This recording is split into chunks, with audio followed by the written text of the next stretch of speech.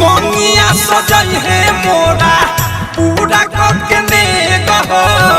ससुरा में धरब तबे पहिला बार दे कह मंगिया सजई है मोरा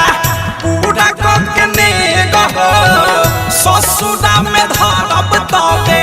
पहिला बार दे कह नैहर से होके जाइब गवाना सखी लिए का सजानावा याद टले मोए मोड़े खजानावा ये सखी लिए का सजानावा लिए का सजानावा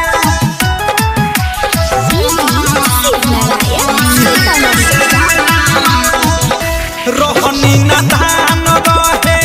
जवानी बेईमान हो ओही उमर में ढेर न सरनी के उधान हो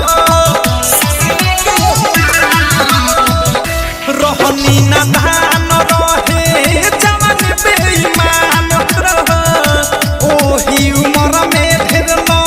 सरनी के उधान हो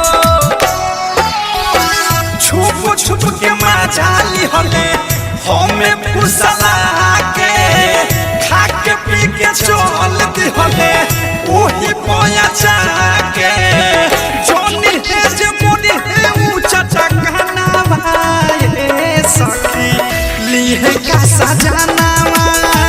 पहले ना दी हनी पधे आना भाई सखी लिए का सजानावा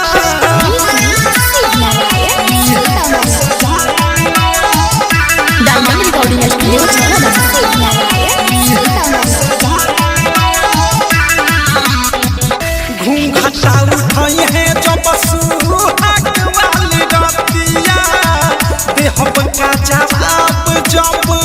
जानी है पतिया घूंघटा उठाई है जब सुहाग वाली रतिया देहब का जवाब जब जानी है पतिया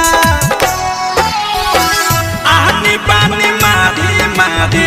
हंसी है उठाल हो ठीक नाही कइले यारवा बिकी विशाल हो अवध से प्रेमी का पे बबाना भाई सखी लिए का सजानावा बदसाही अनुराग लेली जाना भाई सखी लिए का सजानावा मंगिया सजई है मोरा पूरा करके ने कह ससुरा में धरब तबे पहिला बार दे कह नैहर से होके जाइब गवाना भाई सखी लिए का सजानावा याद टले मोए मोड़े खजानावा ये सखी लिए का सजानावा डायमंड रिकॉर्डिंग स्टूडियो छावड़ा दाना। डाउनलोड कीजिए RCM music official app play store से। RCM म्यूजिक के सारे ऑडियो वीडियो डाउनलोड करने के लिए